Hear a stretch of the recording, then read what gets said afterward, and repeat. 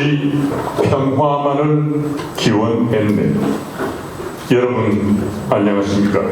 손호연 평화문학상 시상식 사회를 맡은 유자입니다.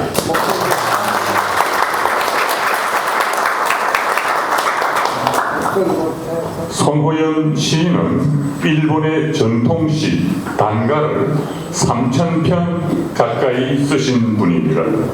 일본 아오모리에는 시비가 서 있습니다. 그리고 2005년에는 한국을 방문한 고이즈미 총리가 청와대 녹지원에서 손호연 시인의 단가를 읊었습니다. 절실한 소원이 나에게 하나 있지.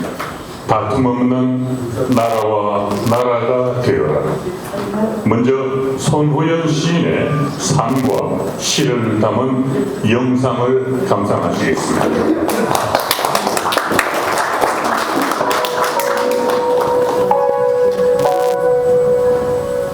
발십생을 살아가는 시인이다. 시인은 일제강점기 그리고 분단 준비학품을 노래했다.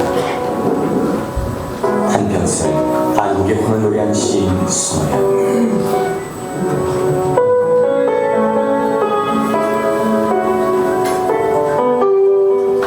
분명히 손호연 선생님은 일본말을 썼지만 한국의 시인이고 한국 시의 흐름에 큰 하나의 줄기를 이루는 분입니다. 素晴らしい歌人ですよ。もう本当にこれご正義をですね、素晴らしい歌人。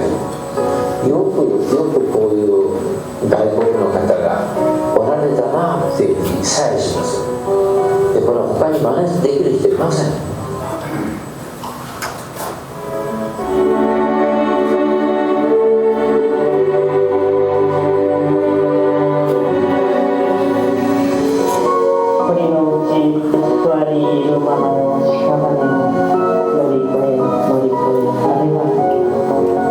우리가 원하고 있는 것은 일본 나라의 전하고 또 일본 나라의 아름다움 또 저희 나라의 전하고 그런 역할을 하고 있습니다. 会談の際に私は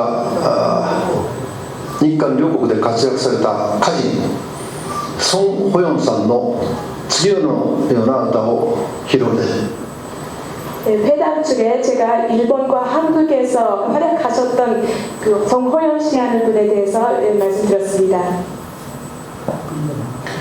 切実な望みが一つ我にあり争いのなき国と国なれ 그분이 말씀하셨던 시 내연에 대해서 말씀드리겠습니다. 절실한 소원이 나에게 하나 있지. 다툼 없는 나라와 나라가 되라는. この歌は孫ホヨンさんの気持ちだけではないと思います。日韓両国の願いであり望みだと思います。私もこの孫ホヨンさんの歌胸に秘めて今後とも日韓両国の友好発展に尽くしていきたいと思っております。ありがとうございました。감사합니다. 이런 노래는 정호연 씨의 마음뿐만 아니라 일본과 양국 국민의 희망이고 바람이라고 생각합니다. 저도 그런 마음을 가지면서 이러한 양국 간의 우호 발전을 위해서 앞으로도 노력하겠습니다.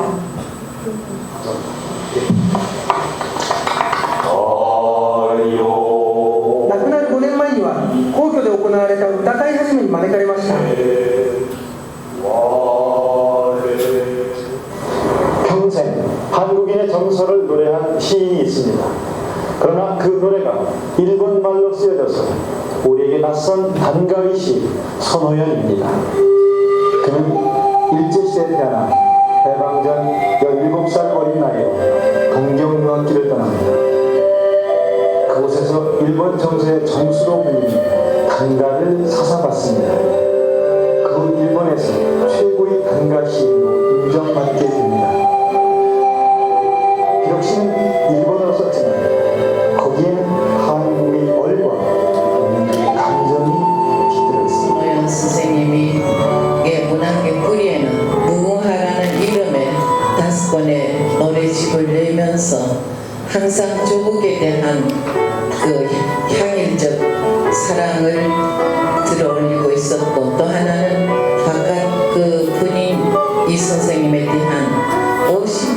걸치는 혹은 그 이상의 세월이 걸치는 항구한 사랑과 존경의 뜻을 가지고 있었습니다.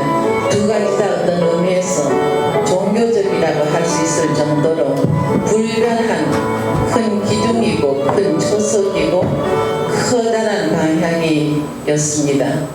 무궁화에 비유해서 노래한 그러한 그 시들을 읽고 역시 시인의 가슴에는 조국이라는 큰 세계가 거기 있구나. 그 속에는 한국인의 어린 한겨있는 좋은 시들을 쓰셨기 때문에 우리로서도 매우 존중해드리고 싶고 귀한 분으로 생각이 됩니다. 시라고 하는 게 언어 예술인데 그런 오랜만에 참 섬세한 어떤 언어의 장인을 만난 그런 느낌이었어요. 그것이 좀 저한테는 그 감동이었고 그렇게 섬세할 수 있다는 것 그런 걸 굉장히 놀라고 했어요. やはり歌を作るということはですね、国境を越えるということ、それは国境を越えるということは何かというと、お互いの国が戦争をしないで仲良くするということですよね。それが韓国にあったと思いますね。環境の悪い中でね、短歌を作り続けたこと、こんな歌がありましてね、切実な望みが一つ我にあり、争いのなき国と国なれ。これがやっぱり平和を願う代表的な歌だと思いますね。そういう歌人でした。 일본인의 가슴을 울린 그의 시집 무궁화는 한일 문화 교류의 상징적인 인물로 지인 손호연이 재조명되어야 하는 이유를 말해주고 있습니다.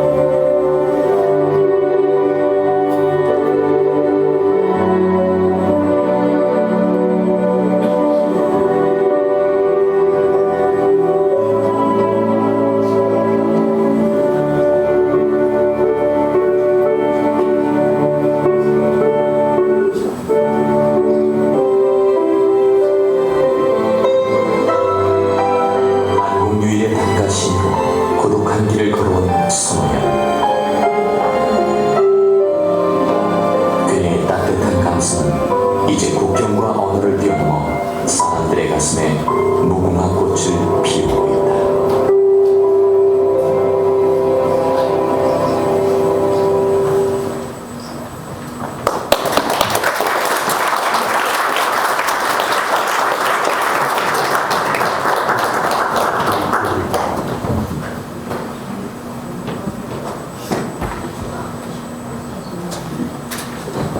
네, 잘 보셨습니다. 계속해서 손호연의 정읍사를 감상하시겠습니다.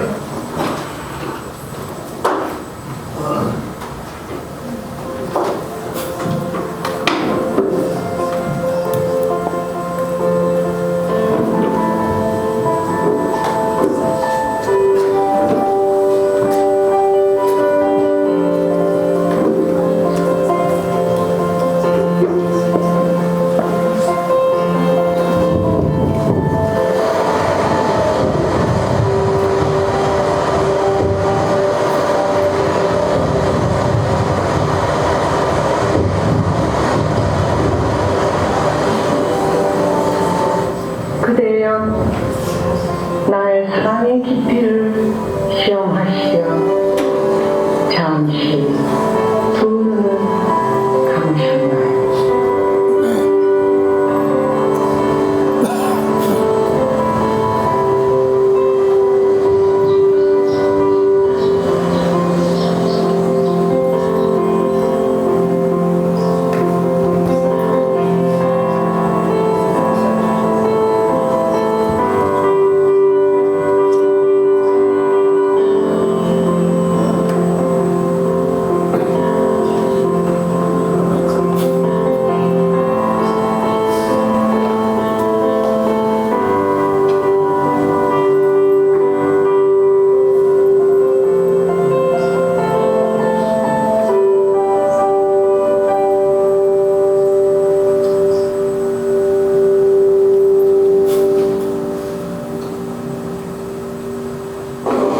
선생님이 이제 말년에 백제의 어떤 의미를 많이 되새기고 거기에 대한 관여도 많이 제작을 하셨는데 실은 이 도전공장 건물이 있는 이 춘포가 백제 그 왕궁터에서 멀지 않거든요. 바로 이웃입니다. 그런 그 지정학적인 사실도 되게 재밌었고 또 제가 그 예전에 배운 정옥사를 다시 읽어보니까 손혜원 선생님의 그 말미는 시들이 정서가 상통하는 거예요. 그래서 이건 그 보통 문제가 아니더구나, 일치적이 많구나라고 생각을 하게 됐죠. 그런 생각에서 제가 손혜원 선생님을 그리고 또 표현하고, 그리고 손혜원 선생님은 오늘날 저를 포함한 많은 사람들에게 이해시키려고 노력했던 이승진 선생님까지 제가 거론을 하게 된 거죠. 백제에서 왕족이나 귀족이나 모든 지성인들이 문화의 정수인, 액기스인 시를 쓰는데 향가라고 부르고 또 시가라고도 불렀는데 나라가 멸하면서 모든 문화와 문명과 시가 없어졌죠. 그래서 그 사람들이 일본에 가서 그 시를 쓰면서 그거를 일본에서 단가라는 이름으로 1000년 이상 전해내고 있습니다. 그래서 이 아름다운 그 110년 역사의 도전공장에서 조덕현 선생이 그린 대형 그림과 조각 그림이 전시되었는데 테마의 이름이 정읍사라고 했습니다. 정읍사는 이곳 백제 땅의 찬란한 문화 문명의 정수인 그리움의 시로 몇 개 안 나온 중에 하나죠. 그 그리움의 시를 1000년 후 있는 없어진 시를 손혜원 시인의 사랑과 평화와 화해의 시를 잇는 그런 기다란 테마가 됩니다.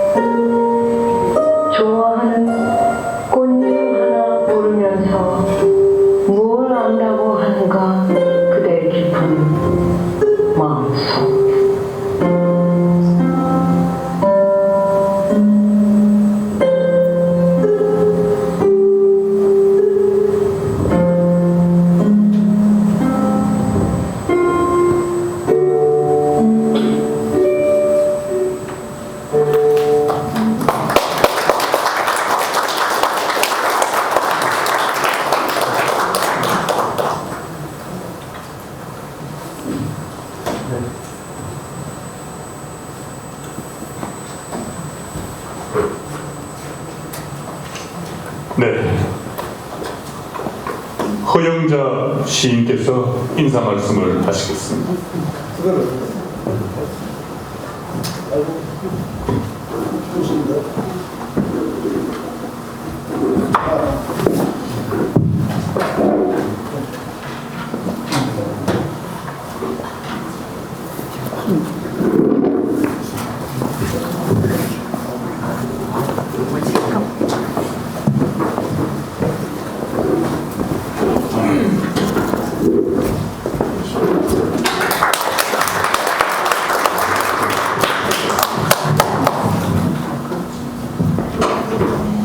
반갑습니다.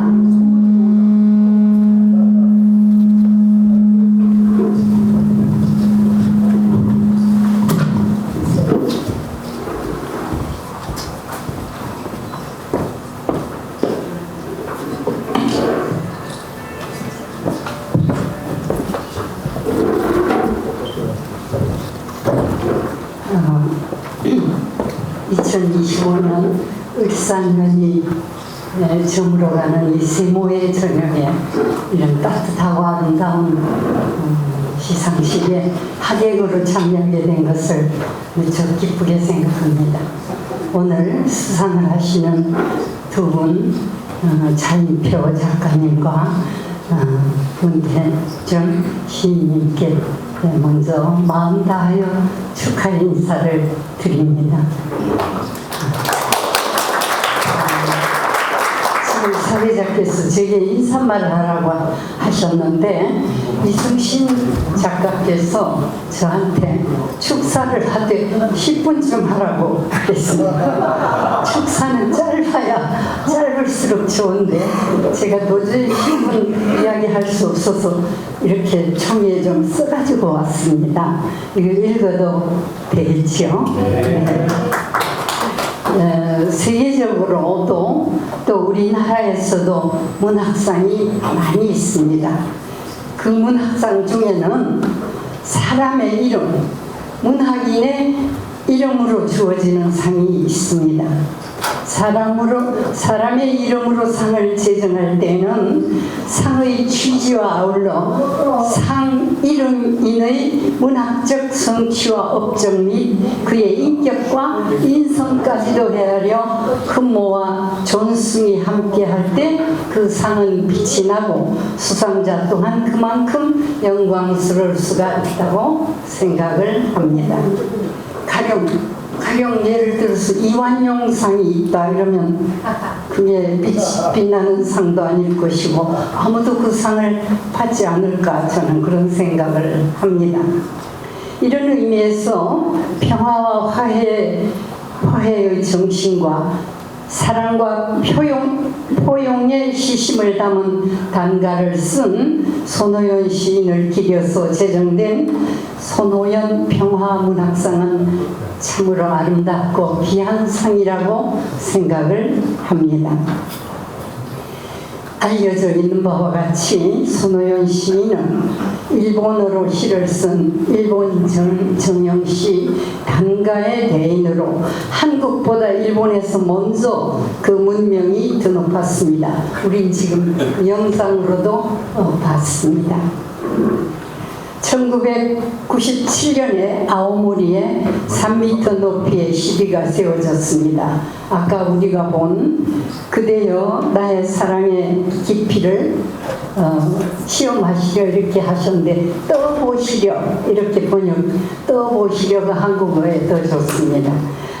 나의 사랑의 깊이를 떠보시려 잠시 두 눈을 감으셨나요? 이런 사랑의 시입니다.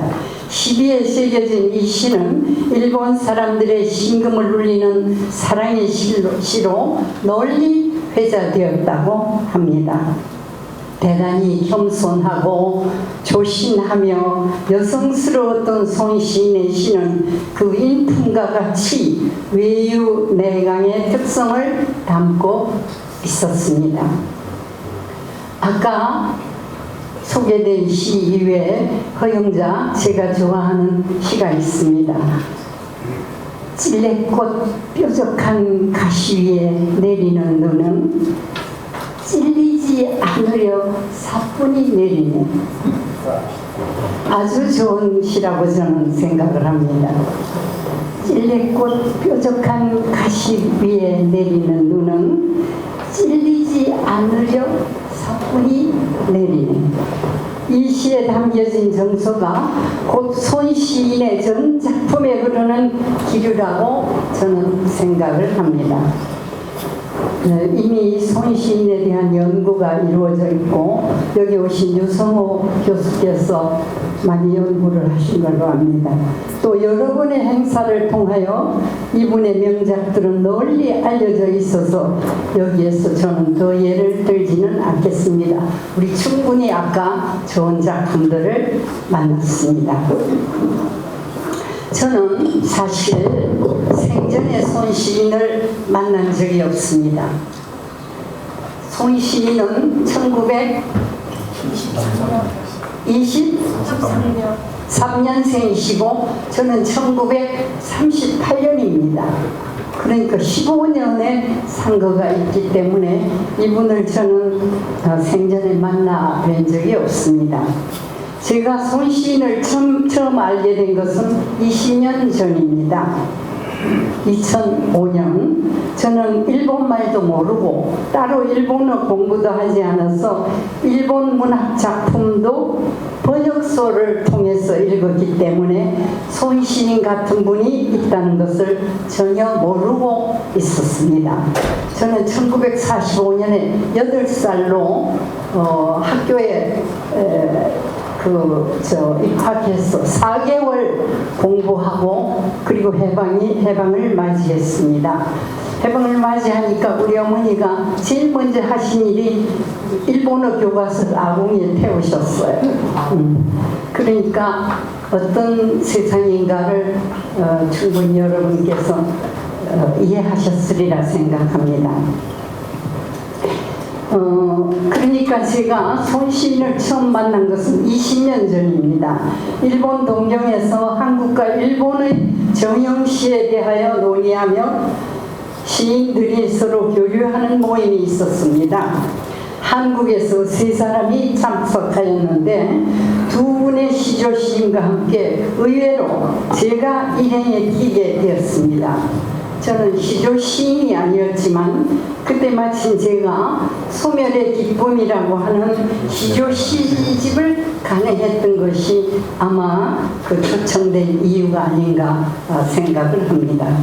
그 모임은 일본 정부 초청으로 이루어졌는데 제가 참석해본 일본의 어떤 문학 모임보다도 정중하였고 접대 또한 융숭하였습니다. 사람마다 뒤에 통역사를 두어서 순차 통역사를 두어서 이야기를 하게 해줬습니다. 그래서 아주 소통이 잘 되는 이런 모임이었습니다. 그래서 어떤 모임보다 정중하고 접대 또한 융숭하였습니다.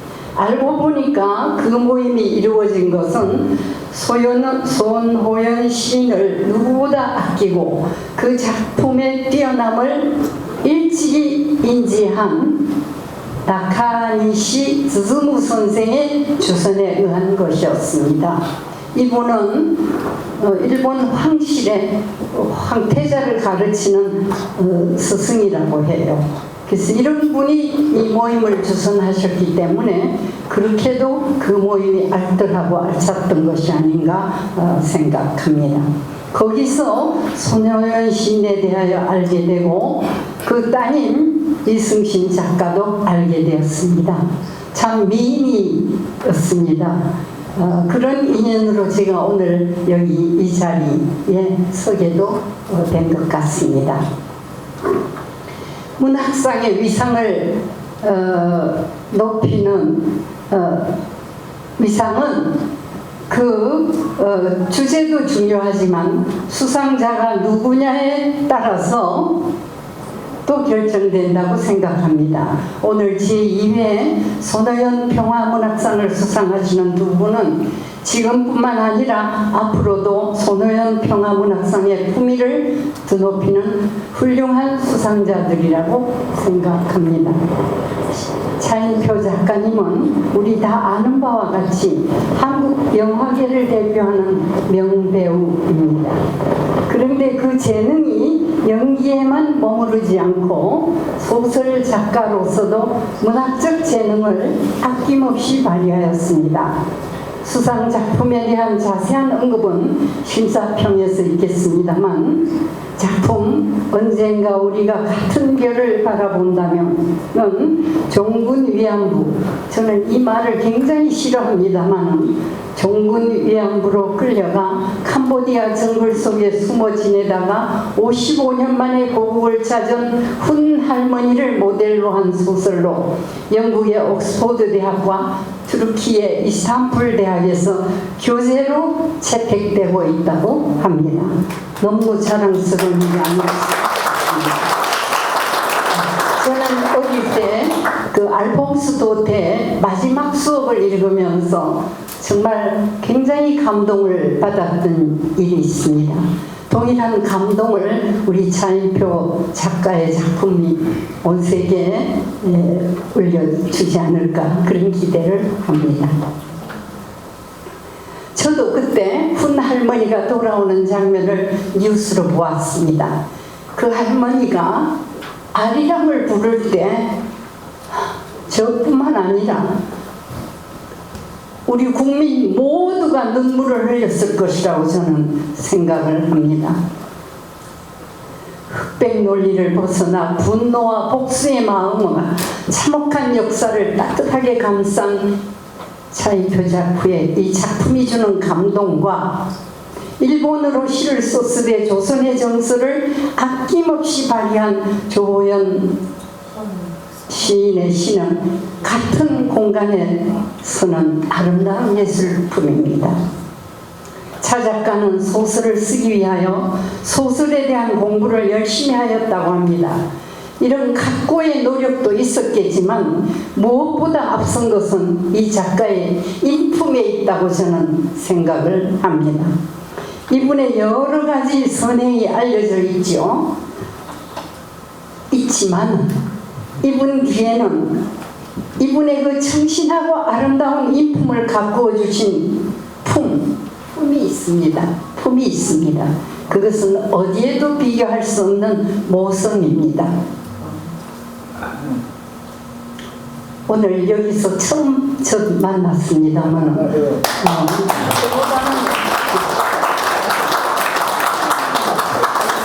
저보다는 상당히 젊으신 우리 이 차인표 작가의 어머님의 어디에도 비교할 수 없는 모성의 품이 차인표 작가의 품을 이루고 결정하는 데 아주 큰 영향을 미쳤다고 저는 생각을 합니다. 이분 작품의 제일 첫 독자가 어머니였다고 그래요. 쓰면은 어머니에게 읽어드리고 물어보고 토론하고 이렇게 해서 이 작품이 만들어졌습니다. 그 어머니는 어떤 어머니인가? 오늘 이 자리에 안 오셨으면 내가 무척 궁금한 걸 했는데 한번 서보세요.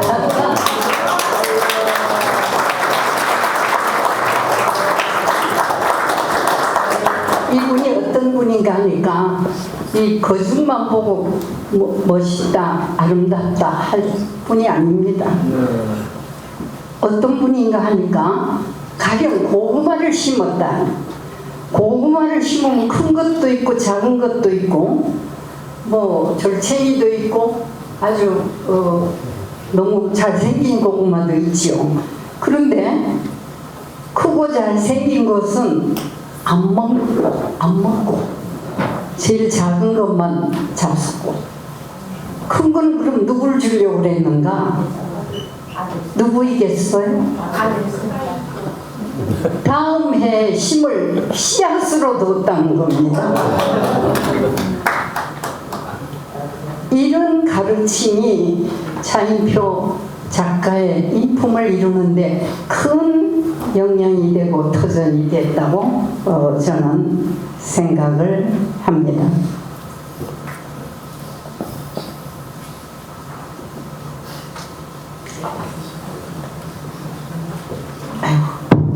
제가 이거 써왔는데 그러니까 가장 좋은 그 상품 높은 것을 먹거리로 한 것이 아니라 다음 해를 위한 씨앗으로 간수하셨다고 합니다. 이런 소중하고 귀한 마음이 차 작가의 인품을 가꾼 텃밭이었습니다. 그런 곧 그 사람이다 라는 말이 있습니다. 그 좋은 본보기를 우리는 차인표 작가의 작품을 통하여 공감하며 감동합니다. 또 한 분의 수상자인 문태준 시인님은 누구보다 성실하게 혼신을 기울여 시를 쓰는 오늘의 대표적인 한국 시인